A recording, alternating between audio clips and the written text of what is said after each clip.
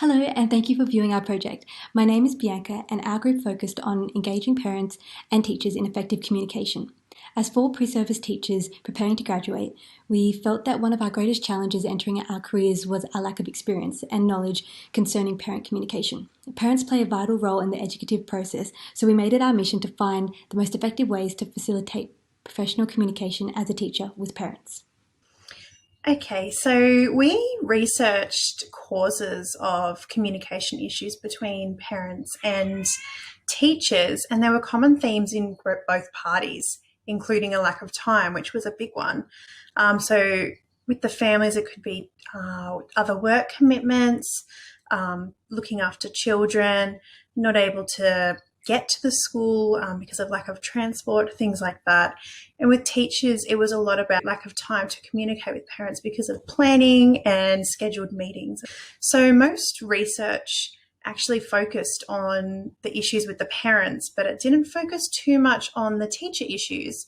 However, when we researched around EALD families, there was a common thread of these families feeling unheard in the school, intimidated by teachers, and the language that they use, as well as feeling like their intelligence was being undermined because of the lack of English or the language barriers that they have.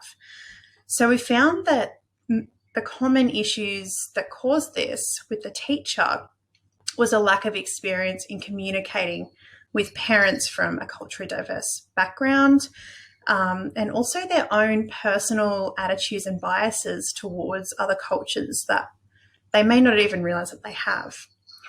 So it's so important when we did our research that we looked at these issues, because 1 in 5 Australians speak a language other than English. So this is something that teachers and we all really need to work on. We looked at 3 different domains and strategies to effectively communicate with parents.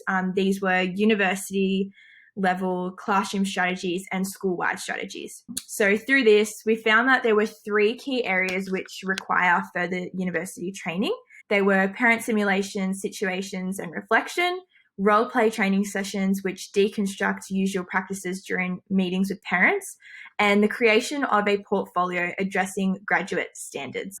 So when we talk about parent simulations and reflections, we found that one of our research articles spoke about how digital simulations are useful tools and how they were effective ways to prepare pre-service teachers to respond to conversations with parents. We found that implementing simulations into our university degree would definitely further assist us in dealing with all kinds of parent-teacher communications. If we were to engage in a role play session, the constructive criticism which we would receive from our peers would actually help us and teach us ways to improve when it comes to communicating with parents. Hi guys, my name is Hayley and I'm going to go over some of the practical classroom strategies that our group believed we could use, particularly as beginning teachers, to help eliminate barriers to communication. So our first strategy was to ensure that we had clear expectations of each form of communication and to provide support when needed. As a group, we developed a communication flowchart which clearly outlines the different forms of communication that we would be using as teachers and what kind of information parents can expect if they're contacted through these different forms. It also gives parents a clear understanding of the different forms of communication they can use to contact and inform us on any information. Our second strategy was to develop a parent survey. We thought it was really important to gain a deeper understanding of the parents that we would be communicating with, and this survey gives parents an opportunity to speak up about any barriers that they had with communication, and it also allows us to provide alternatives if needed. Our last strategy was using communication tools that were accessible to all. We came up with the idea of using Seesaw as a really great form of communication because the languages can be translated into 55 different languages, which encourages parents who may not be as confident in English to still communicate.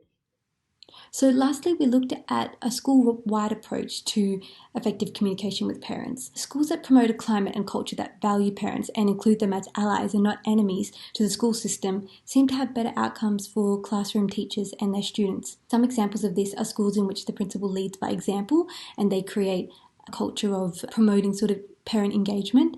It's also sharing professional knowledge in a way that does not intimidate parents and avoid using educational jargon with parents. So why is communication between parents and teachers so important?